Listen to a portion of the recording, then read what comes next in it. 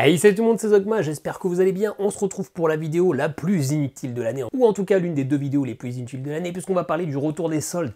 Oui, c'est une vidéo dont tout le monde se fout royalement. Et pourtant, c'est une vidéo qui marche à chaque fois parce qu'on est exactement pareil, on est curieux.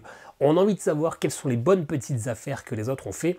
On veut avoir un petit peu d'espoir que nous aussi on peut trouver des choses à bon prix, etc.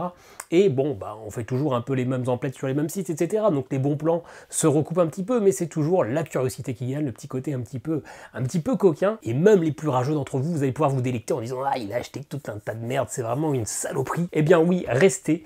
Est-ce que j'ai été sérieux? Est-ce que j'ai encore totalement claqué le PEL ou pas? On verra ça tout de suite. Mais avant, il me semblait que j'avais une annonce à faire et je sais plus du tout ce que c'est. Donc bien écoutez, c'est pas grave, on va commencer tout de suite. On va commencer, écoutez, avec Philibert. Chez Philibert, j'ai acheté 3 jeux. Moi, ce que j'aime chez Philibert, c'est rarement les plus avantageux au niveau des tarifs. Mais par contre, il y a de la deuxième, troisième démarre qui démarre comme assez longtemps, donc il y a moyen de faire des bonnes affaires. Mais moi, ce que j'aime chez Philibert, c'est qu'ils achètent tout un tas de jeux, Kickstarter, VO, etc.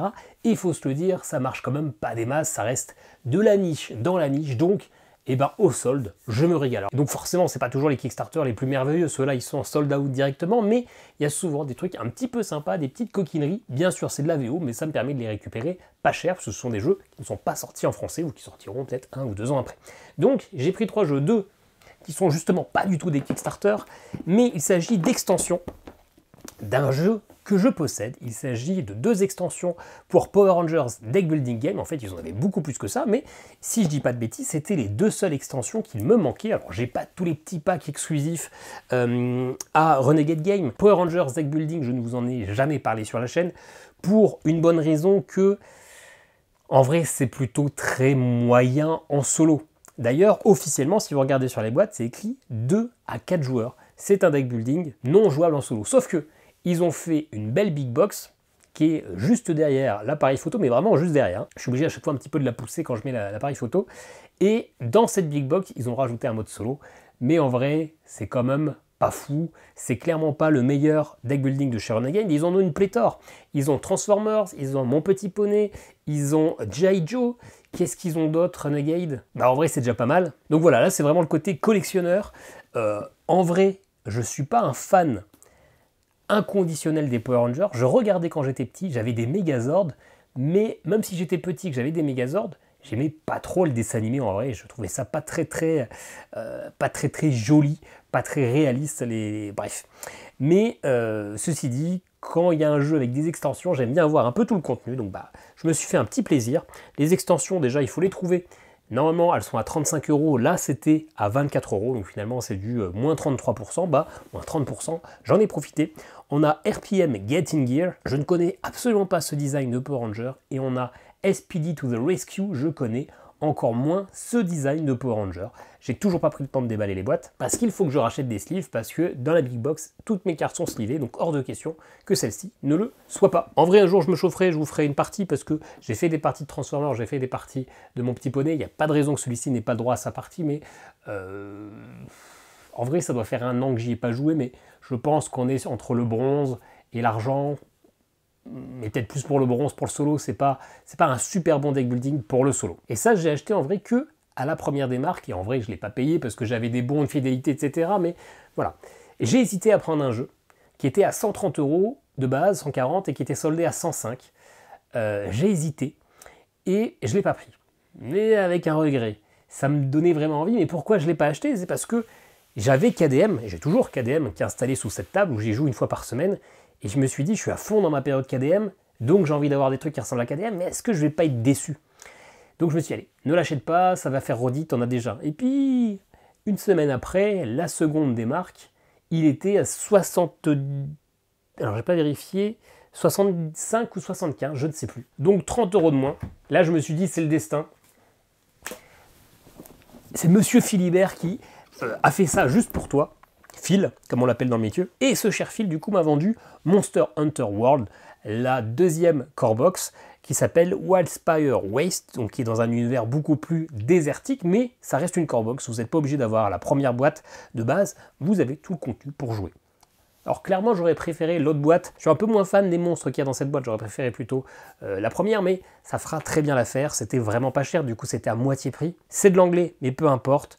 Monster Hunter, moi c'est un de mes gros regrets de joueur de jeux vidéo. Vous le savez, je suis un gros joueur de jeux vidéo et ça m'a toujours titillé à fond Monster Hunter, mais c'est quand même assez peu dédié à du solo. C'est du jeu où on va affronter des gros boss, où on va farmer pour récupérer une peau pour pouvoir créer un meilleur équipement pour aller affronter le dragon qui est un petit peu plus puissant. Et en solo, ça reste, surtout sur les premières moutures, très complexe, très peu indiqué. Et ils ont un peu changé ça avec Monster Hunter World, dont est tiré ce jeu de société. C'était quand même un petit peu axé, un peu plus axé solo, un peu plus accessible, mais j'ai vite abandonné quand même parce que c'est quand même pas le plus fun en solo. Là, il y a à la fin du mois le Monster Hunter Wild, toujours en jeu vidéo, hein. On parle plus de jeux de société sur cette chaîne, c'est terminé, qui sort. Et ça me donne très envie parce que ça a l'air d'être justement un peu plus poussé solo. Il y a déjà un scénario un peu plus développé, ça a l'air d'être, ils ont essayé d'ouvrir un peu plus vers le grand public et donc probablement un peu plus sur le joueur classique qui ne va pas jouer avec des inconnus et farmer, etc. Mais c'est clairement, c'est quelque chose qui me... moi j'aime le farm, ça me dérange pas du tout dans les JRPG, mais j'aime le farm quand c'est du farm accessible. Là c'est un farm où il faut faire des combats pendant une demi-heure contre un boss et du coup il y a assez peu le droit à l'erreur. C'est un farm qui en solo peut être un petit peu violent quoi. Et du coup moi c'est un univers que j'ai envie d'aimer, que j'ai envie de tester, etc. Mais on me met des freins. Et là du coup je vais pouvoir essayer la version jeu de société qui clairement n'aura pas du tout le même ressenti, mais la base est la même. Vous allez choisir votre dragon parmi 4 différents je crois, avec forcément des grosses figurines qu'on va sûrement pas peindre d'ailleurs, et puis vous allez choisir vos personnages, vos classes, vous allez farmer ces monstres pour récupérer de l'équipement, pour récupérer des matériaux, pour créer de l'équipement, pour aller, etc. Et vous avez du coup une sorte de campagne où vous avez un certain nombre de tours, de manches pour réussir à battre le boss de fin. En fait un peu à la manière de KDM, hein, vous avez un peu la même mécanique où vous avez je sais plus 30 années-lumière ou un truc comme ça.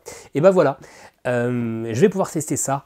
J'ai résisté mais finalement à 65 € ou 75, j'ai pu résister très longtemps. C'est un beau bébé, je suis pas sûr que ça détrônera KDM qui est très brutalement monté très trop là-haut, mais ça me permettra de voir autre chose et de voir finalement s'il y a des petits défauts dans KDM qui sont finalement mieux faits ailleurs ou si finalement rien ne battra le maître. C'est pas exactement pareil, mais Monster Hunter World. Voilà, c'est tout pour Philibert. C'est déjà pas mal hein, finalement, hein. Ils ont quand même eu 115 € de ma part et c'est clairement la moitié de mes soldes qui sont là en termes de valeur avec ces 3 jeux. On va passer à l'entretemps, la petite boutique près de chez moi qui font des soldes toujours folles. L'entretemps, c'est sur Thionville. Hein. Chaque année, je fais la razzia au niveau des soldes chez eux parce que toute leur boutique est soldée.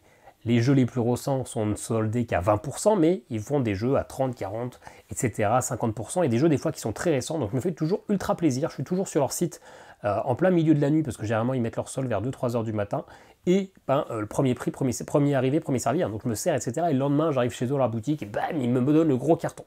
Sauf que des choses ont beaucoup changé dans ma vie, c'est que maintenant je reçois énormément de jeux d'éditeurs. Donc finalement, il y a beaucoup de jeux récents que je reçois. C'est maintenant assez rare qu'on ne me réponde pas ou qu'on me dise non. Donc finalement, j'ai moins d'achats à faire. Et vous allez voir que du coup, dans cette boutique, j'ai pas fait beaucoup de razzia. J'ai même acheté que 2 jeux. Et la petite curiosité, c'est que les 2 jeux viennent de chez Pixie.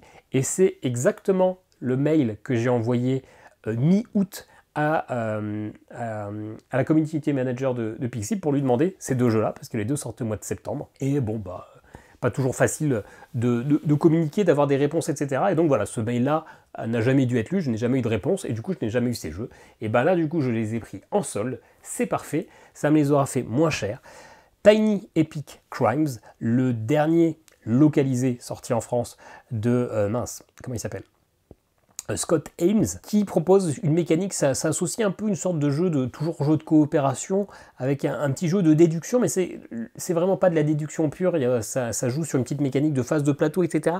Genre c'est assez peu, j'avais regardé une vidéo qui était un petit peu trop longue, du coup j'avais un petit peu décroché en cours de route, mais j'aime bien la gamme des Tiny Epic Crimes, des Tiny Epic, parce que ça propose toujours quelque chose de différent, tout en gardant la même gamme. Je suis rarement un grand fan, parce que je trouve que souvent, c'est pas toujours très maniable, c'est pas toujours un peu chiant de ranger dans la boîte parce qu'il y a plein de contenu pour faire une petite boîte, mais du coup, c'est un peu chiant à mettre en place. Souvent, Scott Ames a souvent des bonnes idées, fait plein de choses, mais c'est rarement des jeux merveilleux. Il a eu quelques fulgurations dans le cours de sa vie, mais globalement, ça reste quand même un auteur de jeux de jeu hockey.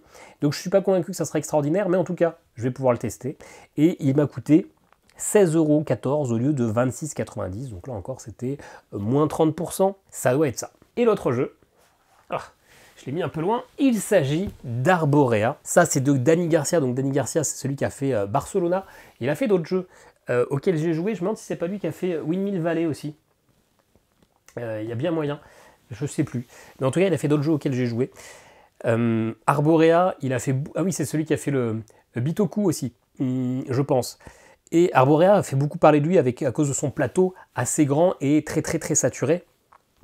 J'ai un peu la flemme de sortir la boîte, de la déballer, mais c'est un énorme plateau avec plein de couleurs, et donc c'est vrai qu'apparemment certains trouvent que c'est pas très lisible, c'est trop coloré. En pratique, moi c'est ce qui m'a donné envie, c'est ce qui m'attire. Je trouve ça assez beau en image, je trouve l'esthétique ici de la boîte super belle, et ça a l'air d'être un jeu finalement très simple, où avec une petite mécanique assez originale, c'est qu'on va avoir 4 arbres, où dessus on va pouvoir placer une action, placer un meeple sur une sorte de petite tuile.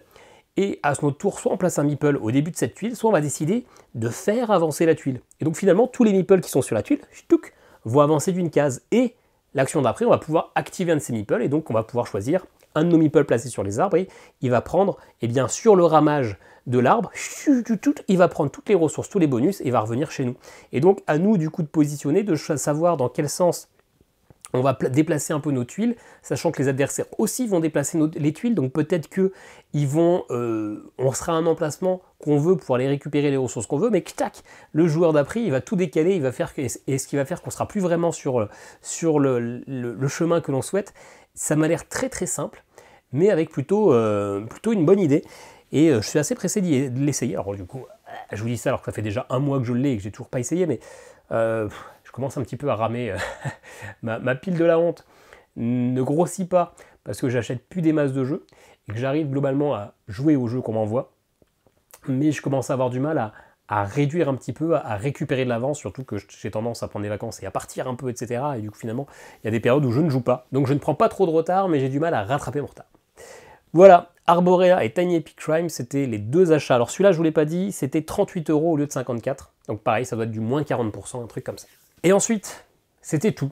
J'avais terminé mes soldes, j'avais rien pris d'autre parce que finalement, il y avait des super prix, il y avait des super soldes, mais souvent c'était des jeux que j'avais déjà, tout simplement, et faire une commande des fois que pour un seul jeu, c'est pas forcément toujours très intéressant parce qu'on rajoute des frais de port, etc., donc vous perdez le bénéfice. Mais voilà, des très très belles offres, mais des trucs que j'avais déjà. Et puis finalement, il y avait un jeu sur Black Book Edition, ce qui m'intéressait vraiment, et comme je vous ai dit, c'était le seul.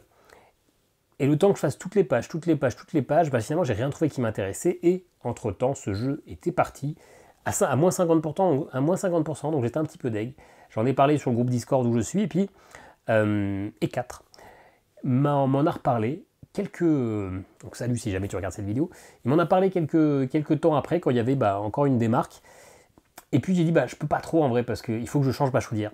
8 000 € pour changer la chaudière, je suis pas prêt, j'ai pas du tout 8 000 € en stock, et j'avais pas prévu de mettre 8 000 € en stock, puisque j'ai prévu de partir beaucoup en vacances cette année, et pour partir en vacances, il faut un petit peu de thunes. Et je me suis dit, bon, est-ce que j'ai vraiment envie d'avoir chaud? Non, c'est pas ça, c'est que finalement j'ai quand même craqué, donc voilà, je m'étais dit non, c'est bon, j'arrête les soldes, et c'est là où j'ai dépensé le plus. Alors, en tout cas, c'est là où j'ai acheté le plus de jeux différents. Pas forcément là où j'ai dépensé le plus, parce que je pense que c'est Philibert qui gagne, mais il y a 1, 2, 3, 4 jeux. Le jeu en question qui m'a fait craquer, c'est Starship Interstellar. C'est localisé par Intrafin, je pense. Ouais, c'est ça, Intrafin. Et pourquoi il m'intéresse? Déjà parce qu'il était qu'à 45 € au lieu de 90. 90, c'est très cher pour un jeu. Bon, il est lourd, donc j'imagine que ça vaut son prix. En tout cas, au kilo, ça compte. Mais voilà, c'est très cher pour un jeu où probablement je vais faire 3 à 4 parties, et puis je vais abandonner, je vais passer à autre chose, parce que c'est pas forcément le genre de jeu où je vais pousser, et surtout qu'il m'a l'air spécialement indigeste. Si vous regardez la gueule du plateau, tenez, celui-là, je vais vous le sortir. On va le regarder en vrai, mais ça m'a l'air d'être profondément indigeste, et c'est ce qui me donne envie de savoir, ce qui me rend curieux, parce que le jeu a des bonnes notes quand même, et ça donne envie de savoir, alors qu'il a l'air diablement dégueulasse, pourquoi il est bien noté. Alors ceci dit, s'il est soldé à moins 50%, c'est qu'en France il a bidé, faute à l'absence de communication sur le jeu, et puis son design qui donne pas très envie, mais voilà, ça me donne très envie. Andrea Crespi, David Calza. Déjà on a 2 livres. Un livre de référence qui est aussi gros que le livre de règles, parfait. On a le plateau qui est là. Ah ouais. Alors, attendez. On a 2 plateaux. Pourquoi on a 2 plateaux? End of turn. Est-ce que c'est le plateau qui est en double là? Ah ouais, non, c'est le plateau qui est en 2 plateaux. La vache. Donc là, pour faire comme Alex, c'est coucou, on ne me voit pas. Bref, ça c'est la moitié du plateau. On va s'amuser le jour où on fait une vidéo là-dessus. Et du coup, vous avez forcément l'autre moitié. Si on met côte à côte, je pense que je suis pas dans le bon sens, mais ça fait un gros bazar comme ça. Clairement, finalement c'est lisible. Parce que le plateau il est tellement grand que c'est lisible. Mais regardez-moi ça là. On a plein de points, plein de planètes partout. Et là, on a plein de petits ronds, plein de petits carrés, plein de... Alors le plateau il est vraiment énorme. Hein. Je suis un peu... j'en reste pantois. C'est le genre de jeu où vous avez mal au dos à force de vous pencher en avant, etc. Mais voilà, c'est ce plateau qui me donne envie. Ça m'a l'air tellement gigantesque et que j'ai envie de voir à quel point c'est n'importe quoi ou au contraire c'est très très bien. Donc voilà, Starship Interstellar, 45 € au lieu de 90. En fait, la trouvaille dont je suis le plus content, c'est Monster Hunter World. Mais ça, je sais que c'est un jeu qui peut sortir un jour en France. C'est le genre de jeu que je peux m'acheter sur Ocaseo, en Kickstarter, en occasion, etc. Starship Interstellar, c'est pas le jeu où j'aurais fait l'effort de le trouver, sauf si vraiment il y avait la bonne affaire, le jeu pas cher, et 45 €, c'est vraiment pas cher. Mais du coup, j'ai pas acheté que ça. Je me suis fait un petit kiff, un truc totalement inutile, parce qu'en plus, j'aime pas spécialement le jeu. Je me suis pris le pack fan art de Wingspan. Le pack fan art de Wingspan, c'est quoi? C'est pour remplacer les cartes du jeu de base. Donc c'est même pas des cartes nouvelles, ce sont exactement les cartes qui sont connues, avec les oiseaux connus du jeu de base, sauf qu'ils ont proposé, ils ont fait un concours. On pouvait leur envoyer tout plein d'illustrations des oiseaux, et du coup, ils choisissaient les plus jolis. Et donc, en fait, ce sont vraiment des illustrations alternatives, qui sont globalement très jolies, hein. Je les ai regardées avec ma compagne, avec ma fille, et il y a vraiment un peu de tout. Alors vous verrez pas grand chose, mais il y a du dessin plutôt très joli, il y a du dessin plutôt minimaliste, il y a quelqu'un qui s'est amusé à faire une petite poupée en crochet, et finalement le mettre après sur une vraie photo, et puis il y a des trucs vraiment, voilà, ça c'est un dessin fait par un enfant, ça ressemble à rien, mais c'est rigolo, et c'est écrit, c'est écrit illustration de Joey Jacek. Mais, alors je trouve que c'est pas un enfant, mais c'est pas très joli. Mais voilà, il y a vraiment des dessins où c'est clairement écrit, voilà. Non, là non plus, c'est écrit, c'est Lily Jacek. C'est Joey et Lily Jacek, c'est les deux mêmes, c'est les frères et sœurs, et là clairement on se rend compte que c'est un petit enfant, le coloriage il est pas fou, etc. Et donc voilà, il y a des trucs très jolis, des trucs très minimalistes.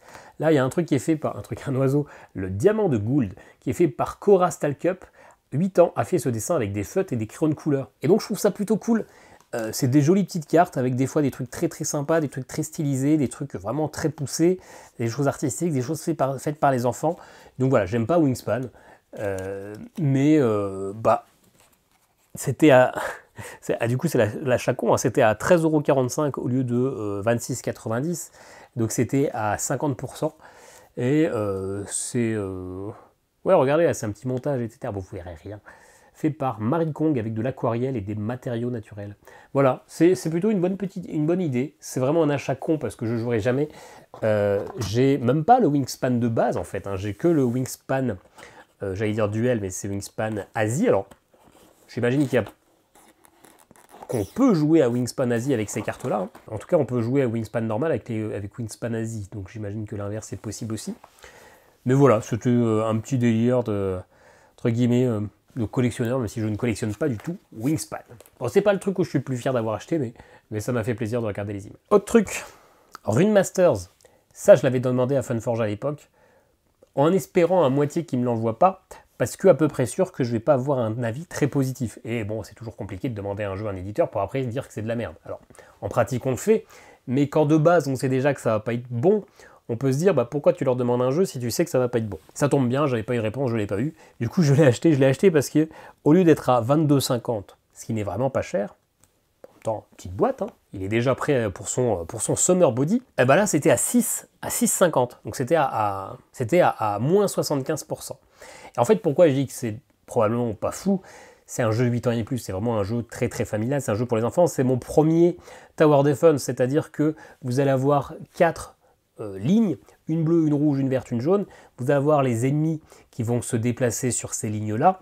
Vous allez faire pop les ennemis avec des dés, et puis vous allez pouvoir bouger votre personnage à chaque tour d'une ligne, la rouge vers la verte, ou de la verte vers la jaune, etc. Et après, vous allez pouvoir faire des attaques avec votre lancer de dés sur cette ligne-là. C'est un jeu qui semble très simple, très accessible, et donc forcément, c'est un tower defense avec une très faible profondeur. C'est un jeu 8 ans et plus. C'est sûrement très bien pour jouer en famille avec vos enfants, mais c'est probablement pas fou à jouer en solo quand on a 34 ans.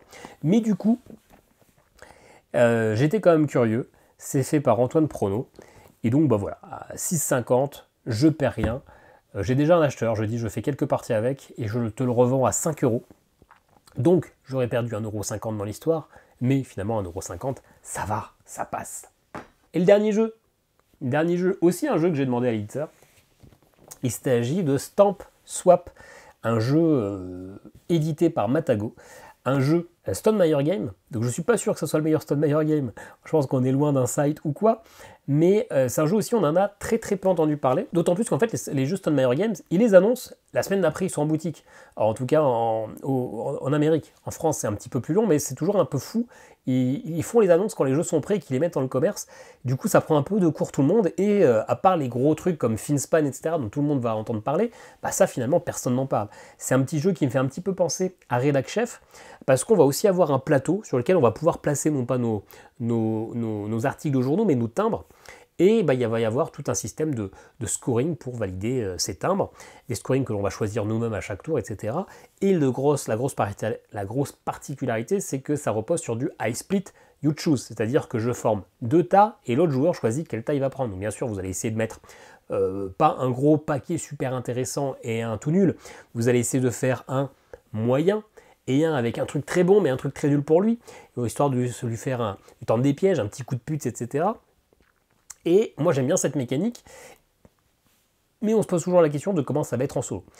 On sait que Stone Meyer Games a un groupement, je ne sais pas exactement comment ça fonctionne, mais ils ont l'Automa Factory, ils savent créer des automates qui sont toujours très simples à gérer, qui marchent plutôt bien, qui miment plutôt bien les autres joueurs. Et là pareil, le I split you choose est gardé. Ça aurait été facile dans ce genre de jeu de dégager cette mécanique et finalement de faire un jeu plus conventionnel. Non, c'est gardé, c'est géré avec cet automate, donc je me demande si c'est bien. Je l'avais demandé à Matago, je ne l'ai pas reçu. Du coup, je me le suis acheté. Je me le suis acheté à 14,36 € au lieu de 35,9 €, donc ça devait être du moins 60%, ou du moins 70% même plutôt. Ouais, ou du moins 60%. Ouais, bref, peu importe. Et j'ai eu l'immense surprise de le voir en double dans mon colis. Et les mecs très malins, alors c'est chez BCD Jeux, tout ça, je vous l'ai pas dit, un petit coup de pub gratis, les mecs très malins, c'est que sur la commande, à côté du 2 exemplaires, ils l'entourent, ils mettent un point d'interrogation. Donc ils se sont questionnés de, est-ce que c'est une erreur ou pas? Et au lieu de me contacter pour savoir si c'était une erreur, parce que oui, c'est une erreur, je voulais pas l'acheter, je fais pas un jeu moins 60% pour en acheter 2, du coup c'est totalement con. Ils ont juste entouré, mis des points d'interrogation, ils m'ont jamais contacté, ils m'ont envoyé les 2. Bon j'imagine que c'était la solution de facilité, mais dans ce cas-là, tu mets pas les points d'interrogation. Et bon, j'ai fait une photo, je l'ai mis directement sur Vinted, je l'ai mis à 15 €, et en disant que je le vendais parce que, comme un couillon, je l'avais acheté en double. Je l'ai vraiment mis en vente au moment où j'ouvre le carton, et 5 minutes après, un abonné, en tout cas quelqu'un qui connaît mon existence, me l'a acheté. Et donc finalement, j'ai fait une plus-value de 64 centimes sur ce jeu, donc on est riche, et surtout, j'ai vite réparé mon erreur, et ça a fait plaisir à quelqu'un qui finalement avait loupé cette bonne affaire. Donc si tu passes par là, coucou mon jumeau de jeu, parce qu'on a les frères siamois séparés à la naissance. Donc voilà, Stamp Swap, un jeu de Paul Salomon, illustré par Conner Gillette. Je ne sais pas ce que ça vaut, mais maintenant c'est à la maison. Et du coup, officiellement on a terminé les soldes, mais je vais rajouter un petit sucre, parce que je suis allé à la caverne des Gobelins. Alors, ils sont toujours en retard sur les soldes au niveau de leur site, ça sort jamais le jour même, ça sort une semaine, 10 jours après, 2 jours après, c'est un peu de l'anarchie. En plus, leur site, il est souvent en PLS à ce moment-là, etc. Mais bon, je regarde un peu ce qu'il y a sur leur site et tout, puis il n'y avait rien qui m'intéressait, ou rien que, en tout cas, je n'avais pas encore et qui m'intéressait. Mais souvent, j'en profite pour aller comme à mon boutique, parce que souvent, le stock boutique, en fait, le stock internet, c'est le stock de la boutique de Nancy. Or, moi, je vais à la boutique de Thionville, donc il y a des fois des choses en rupture sur le site internet qui sont encore présentes en boutique, et il y a des fois quelques petites variantes. J'ai déjà vu des choses qui n'étaient pas sur leur site. Et donc là, j'y vais avec ma fille. Bon, ma fille n'a rien à voir dans l'histoire, mais j'ai envie de parler d'elle. Et en fait, j'ai même pas trouvé l'endroit où il y avait des soldes. Je sais pas si tout était déjà parti ou s'il n'y avait pas de soldes, etc. Mais du coup, ils ont toujours une petite zone jeu d'occasion. Et je me suis fait un kiff. C'est pas du tout des soldes, du coup, c'est de l'occasion. Mais c'est l'occasion d'en parler. Je me suis pris un jeu qui fait peur à beaucoup de monde. Je me suis pris Voidfall. Alors, je ne l'ai toujours pas déballé, là. Il a toujours son petit nœud, non pas parce que c'est un cadeau, mais c'est pour certifier que le jeu est scellé avec tout ce qu'il y a dedans et que personne ne va l'ouvrir et piquer un token. Voilà, Voidfall, un des jeux les plus compliqués à gérer. Un des jeux, alors moi qui fais toujours des fautes, même sur le jeu, les jeux les plus courts, là j'ai fait une partie de Régicide, on a réussi à m'apprendre un truc, alors je rendais le jeu plus dur que prévu, mais même un jeu ultra simple, je fais toujours des erreurs, je dois avoir une capacité d'attention sur des règles de poisson rouge, bref, moi personnellement je m'en fiche, mais rien que sur un Régicide je fais des erreurs de règles, alors sur un Voidfall, je pense qu'on est bien au-dessus de mes capacités intellectuelles, mais c'est pas grave, c'est quand même un jeu avec une immense réputation, un jeu qui va être compliqué à apprivoiser, mais apparemment une fois qu'on y a un peu joué, ça reste quand même un jeu qui est magistral. C'était à 71 € pour un prix neuf à 108 €. Alors, en vrai, 70-75 €, c'est son prix d'occasion, hein. J'ai pas fait une bonne affaire, mais c'était l'occasion. Il était là, il était complet, il était en bon état. Et ben je me suis dit, allez, zou, on le prend. Et un jour, quand je serai motivé, quand j'aurai du temps devant moi, que je serai à jour dans mes jeux, je le lancerai, ça sera sûrement pas demain du coup, mais voilà, Voidfall, il est à la maison, un des cadors du genre, expert et solo, très bien en multijoueur, mais apparemment très bien en solo, donc voilà, je vais pouvoir me faire un petit kiff. Donc, si on retire Voidfall, parce que c'est triché, c'est pas les soldes, c'est juste que, comme je vous en parlerai pas avant très longtemps, au moins vous savez qui est là. Si on prend tous les autres jeux, c'est-à-dire 1, 2, 3, 4, 5, 6, 7, 8, j'ai acheté 9 jeux en solde, enfin, dont le pack fanart de Wingspan, mais ça compte quand même. Normalement, j'aurais dû payer ça 430 € et j'ai payé ça 222 €. Donc globalement, c'est un total à moins 50%. 222 €. Et bah finalement, je n'ai pas dépensé tant que ça. Alors oui, pour beaucoup, 200 € pendant les soldes, c'est beaucoup. Mais par rapport à ce que j'ai pu faire les années d'avant, où j'ai déclaqué des 500 balles, etc., bah, j'ai été plutôt raisonnable. J'ai essayé de me limiter. J'ai essayé de me dire, est-ce que ça vraiment... tu vas y jouer. Et surtout, il y avait beaucoup de choses que j'avais déjà. Donc forcément, le fait d'avoir déjà les jeux, bah, ça réduit les achats, bien évidemment. Mais voilà, je suis content. Pas mal de jeux qui finalement ne vont pas rester sûrement longtemps dans la collection. Rune Masters partira très vite. Le Tiny Epic. Les Power Rangers, c'est vraiment pour l'aspect collection. Le Wingspan, c'est pour l'aspect collection. Le Starship Interstellar, ça dépendra. Finalement, les deux trucs où je suis... Le truc où je suis le plus content, c'est vraiment Monster Hunter World. Et dès que j'aurai terminé mes années-lumière de KDM, mes années lanternes, pas mes années-lumière, je dis des conneries tout à l'heure, et ben on se fera un petit Monster Underworld. Je suis assez pressé, mais il me faut un petit peu de passe sur ma table. Voilà, n'hésitez pas à me dire vous en commentaire ce que vous avez acheté pendant le solde. Oui, je suis méga à la bourre, les soldes sont terminés depuis 15 jours, et donc maintenant, c'est bien beau de vous avoir montré des jeux, vous ne pouvez plus vous les procurer à ce prix-là, mais c'est pas bien grave, dites-moi quelles sont vos bonnes affaires. Et puis nous, on se retrouve, et ben la semaine prochaine, qu'est-ce qu'on va se faire ? Je me suis fait mon petit planning parce qu'il faut que je prépare avant mes vacances. On va se faire une partie de Fate, les défenseurs de Grimheim de chez Intrafin. Et puis je vais vous sortir la partie de Genpei de chez Bad Boom Games que j'ai tourné hier soir. Et puis la semaine prochaine, le week-end prochain, on parlera des KS, des Kickstarter que j'attends. Non pas que j'attends pour des futures annonces, mais ceux que j'ai déjà pledgés. On va parler un peu de tous mes KS, ce que j'attends, parce qu'il y a quand même des choses assez intéressantes, et c'est vrai que ce sont des jeux dont on parle finalement assez peu. Voilà, moi je vous dis à très bientôt pour une vidéo. Ciao, ciao.